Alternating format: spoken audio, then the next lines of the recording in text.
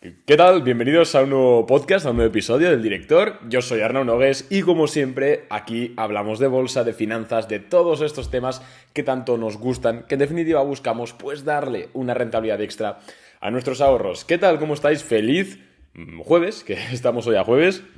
Vamos a hablar hoy sobre por qué creo yo que antes de mayo, abril, seguramente estemos en máximos históricos. ¿Cuáles son mis razones para estar alcista en la bolsa? Y sobre todo vamos a tocar el tema de por qué la Fed o el gobierno de Estados Unidos, que más o menos, aunque deberían ser independientes, no lo son tanto, pues por qué estos organismos no pueden permitirse, ni aunque quisiesen, subir unas tasas de forma muy agresiva, o ya no de forma agresiva, sino de forma preocupante. Pero antes de todo, como siempre, recordarte que me puedes seguir en Instagram, @arnau_nogues, porque por ahí comento empresas que compro, empresas que vendo, un update diario sobre el mercado por stories y oye, es gratis seguirme, así que por ahí tienes la opción. Además te lo recuerdo porque esta tarde o si no mañana pondré un sticker de preguntas en el cual me podrás realizar una pregunta para mañana responderla en un consultorio en este podcast. Así que si quieres hacerme una pregunta, obviamente es gratis, para que la responda en el programa, pues sígueme en Instagram y hoy publicaré hacia la noche seguramente este sticker. Así que, dicho esto, vamos ya con el episodio de hoy.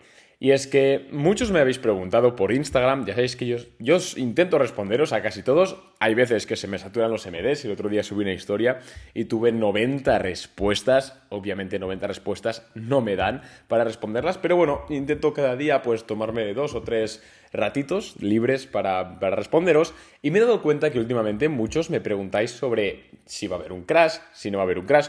Esto suele suceder siempre, pero sí que es verdad que en estas últimas ocasiones las preguntas van sobre todo debido al tema de la Fed, a miedo con la inflación y a todos estos temas. Entonces yo os quiero dar mi opinión sobre por qué creo que no va a haber un crash y no solo eso, sino que vamos a volver a máximos históricos seguramente antes del Ecuador de 2022.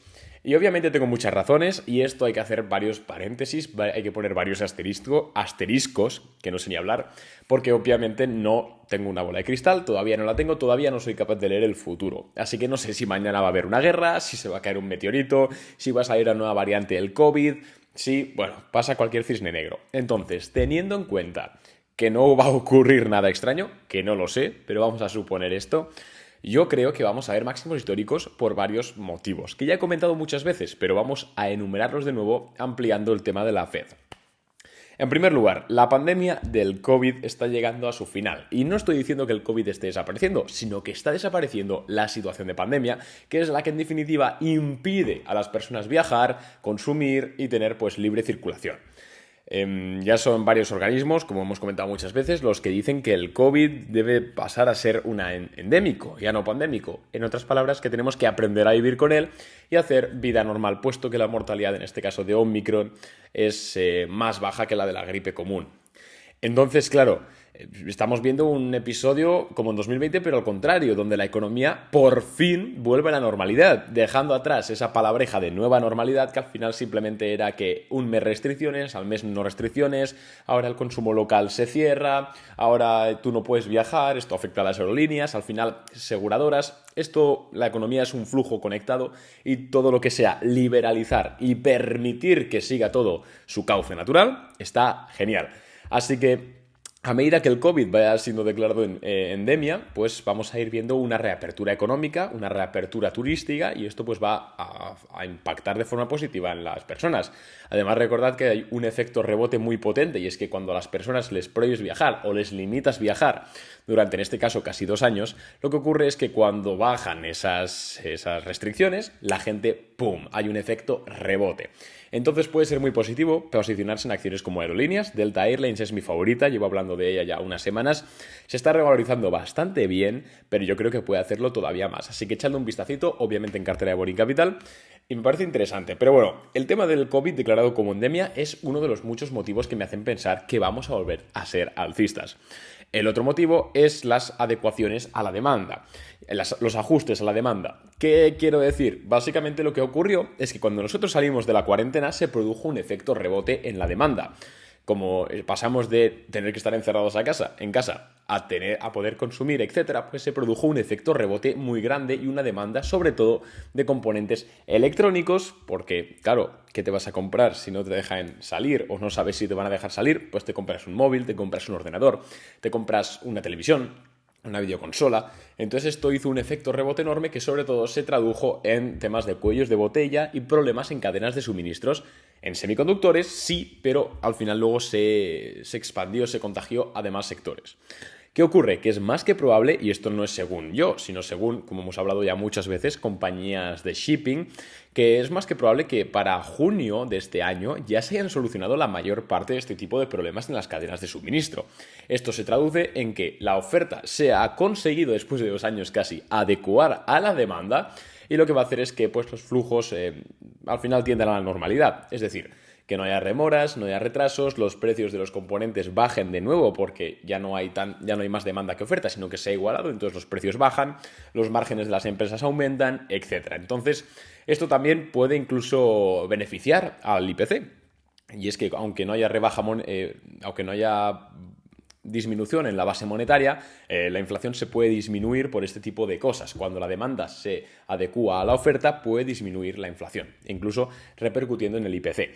Entonces esto es algo bastante positivo que, como ahora hemos hablado del tema de los chips y demás productos, pero también se extrapola al petróleo, como dijimos ayer en el episodio de ayer. Al final la demanda de crudo está siendo mucho mayor que la oferta. Pero ¿qué pasa? Que eventualmente los productores de petróleo lo que van a hacer es producir más. No por nada, sino porque se está pagando más. Al final las fuerzas, oferta y demanda se equilibran y lo que termina ocurriendo es que de nuevo los precios terminan por bajar. Y pues los suministros funcionan de forma, digamos, más fluida. Entonces esta es el segundo motivo que me hace pensar que vamos a volver al alza y vamos a volver a ver máximos en los próximos meses. Y ahora vamos con la tercera. La tercera el tercer argumento, sobre todo es el de más peso, por el cual creo que vamos a ver máximos históricos más pronto que tarde. Y es la Reserva Federal. Y dirás, Arnau, ¿pero qué dices? ¿Estás borracho? Una inflación del 7,5% en enero, subida de tipo, reducción de balance. ¿Cómo puedes decir que lo bueno es la Reserva Federal? Y os explico. Más o menos, para que os hagáis una idea, para cubrir estos niveles de inflación y realmente tener un impacto positivo, es decir, reducir la inflación que tenemos ahora, los tipos de interés deberían subirse entre de un 8 a un 15%. 8 a 15%, me habéis oído bien. Ahora mismo están en un 0 y están hablando de subirlos a 50 puntos porcentuales, es decir, 0,5%. Y deberían subirse entre el 8 y el 15 para mitigar esta inflación. Y no es que lo diga yo, me lo invente yo, etc. Sino que si nos vamos a la última vez que tuvimos estos datos de inflación, que fueron a finales de la década de los 80, podemos ver cómo pues, subieron los tipos de interés efectivamente hacia esos números. Sí, seguramente si le preguntáis a vuestros padres, si sois muy jóvenes, que yo también, seguramente os recuerden, incluso con añoranza, que en los 80, 90 los depósitos en bancos daban intereses incluso superiores al 7%. Solo por tener tu dinero en el banco te daban intereses del 7%. ¿Dónde se ha visto eso? Pues en aquella época. Y esto fue porque la inflación estaba desatada por el tema de la crisis de la crisis del petróleo y tuvieron que subir demasiado los intereses. ¿Qué ocurre ahora? Dirás, vale, Arnau, me estás diciendo que ahora la única forma de que solucionen lo que está ocurriendo es subir las tasas muchísimo. O sea, que se van a cargar la renta variable, la bolsa se va a morir. Pues no, porque la única diferencia entre ahora y el 1980 es que Estados Unidos ahora mismo Estados Unidos y toda la economía en general, ¿no?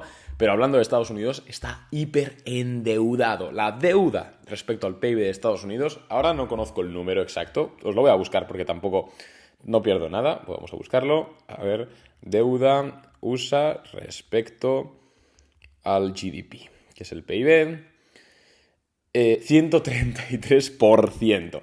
La deuda de Estados Unidos alcanzó el 133% del PIB, del Producto Interior Bruto de todo el país. Es decir, el país tendría que estar un año entero y un poquito más para cubrir, destinando todo lo que produce, todo el valor de productos y servicios que produce, destinándolo para pagar la deuda y conseguiría sanarla. 1 año y pico. Es una profunda barbaridad. Y esto en los 80 no ocurría. Y esto, aunque parezca algo que no tenga nada que ver, lo cierto es que impide que suban los tipos de interés mucho. ¿Por qué? Porque si Estados Unidos sube los tipos de interés mucho, lo que ocurre es que los intereses por contraer esa deuda van a subir. Y esta deuda, que ahora es de 133% respecto al PIB, podría incrementarse en 2 años fácilmente hasta el 160-170%. Lo cual, insisto, sería hipotecar el futuro de todos los ciudadanos. Y la peculiaridad que tiene Estados Unidos es que la mayor parte de su deuda la tiene consigo mismo. Es la propia Reserva Federal la que compra bonos del Estado de Estados Unidos, compra deuda. Entonces, ¿qué ocurre? Que Estados Unidos tiene, digamos, obviamente no el 100%, hay mucha parte que la tiene China y otros países, pero sobre todo la mayor parte de la deuda de Estados Unidos la tiene el propio Estados Unidos, la tiene la Reserva Federal. ¿Qué van a hacer entonces? Esto no lo han dicho, ¿vale? Esto siempre es mi opinión como profesional. Lo que van a hacer es monetizar la deuda o monetizar parte de la deuda. Para quien no lo sepa, monetizar la deuda básicamente es lo siguiente. Imaginaos que Estados Unidos tiene $1.000 en deuda y en circulación hay pues $10.000, ¿vale? De base monetaria. ¿Qué es monetizar la deuda? Monetizar la deuda es imprimir dinero, entre comillas, ya sabemos en verdad es adquirir activos en el balance para generar un pasivo, pero bueno, imprimir dinero, vamos a llamarlo así, por valor de 10.000 más, de forma que Estados Unidos sigue debiendo $1.000. Pero claro, los $1.000 que va a pagar después de haber impreso dinero, en verdad sería como la mitad, como pagar 500. ¿Por qué? Porque el dinero se ha diluido. Esto es lo que espera hacer Estados Unidos durante los próximos 3, 4, 5 años. Y si no, guardad este podcast porque lo más normal es que, como sabemos, la cifra de inflación objetivo de los últimos años, tanto para Estados Unidos como para Europa, etcétera, ha sido del 2%. La inflación que más o menos se calculaba que contribuía a un desarrollo económico y además no perjudicaba en demasía el poder adquisitivo de las personas, era de un 2% anual. Pues ya veréis cómo de aquí a los próximos años este objetivo se va a cambiar a un 3, 3,5, 4%. Por eso es que las tasas no van a subir tanto como necesitamos que suban, porque tampoco necesitamos o tampoco quiere el Estado que bajen tanto la inflación. Se van a quedar en un 3, 3,5, 4%, de forma que van a conseguir, en primer lugar, salvar la bolsa, lo cual está bien, sobre todo teniendo en cuenta que Joe Biden tiene las midterm elections, es decir, elecciones de mitad de temporada, por así decirlo, dentro del año que viene. Van a salvar la bolsa. También lo que van a hacer es seguir monetizando la deuda que tienen, así que la podrán reducir o no reducir en términos cuantitativos, pero sí reducirla en términos de valor. Y además lo que van a poder seguir haciendo es seguir financiando sus operaciones con deuda. Los países hoy en día funcionan con deuda, no funcionan con dinero producido. Es una economía súper endeudada. Por eso es muy difícil que veamos subidas de tipos de interés superiores al 6%, al 5%, y ya sería un desastre. Aparte de todo esto, obviamente subir los tipos de interés tan fuerte lo que ocurre es que tiene un impacto directo sobre la población. Y es que alguien que iba a financiarse su coche o financiarse su casa no lo va a hacer porque ahora le van a cobrar un interés del demonio.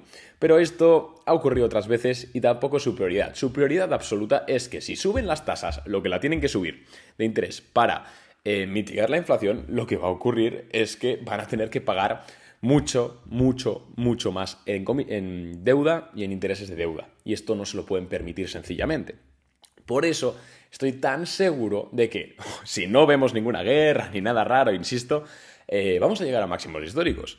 Porque, además, el dinero, si sale de la bolsa, ¿a dónde va? ¿A dónde va el dinero? ¿Dónde se mete el dinero inteligente si tiene miedo en la bolsa? ¿En bonos?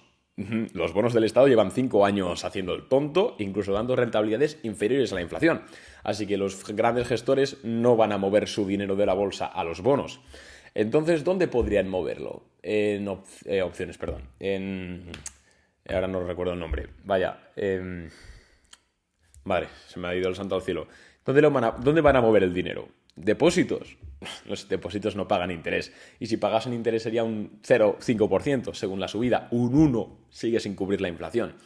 ¿Dónde van a mover entonces el dinero? ¿En préstamos al consumidor? Sí, podrían mover el dinero a préstamos al consumidor. Lo que pasa es que es un mercado que ya está muy saturado y tampoco es tan popular para fondos de inversión grandes. Entonces, ¿dónde va a ir el gran dinero? ¿A inmuebles? Pues sí. y por eso los inmuebles han subido tanto de precio. Pero más allá de los inmuebles, el dinero solo puede huir de la bolsa hacia la bolsa. Por eso, porque la bolsa es la única capaz de dar una rentabilidad superior a la de la inflación actual. Así de sencillo. La bolsa y los inmuebles. Por eso han subido tanto de precio los inmuebles y su rentabilidad ya ha bajado.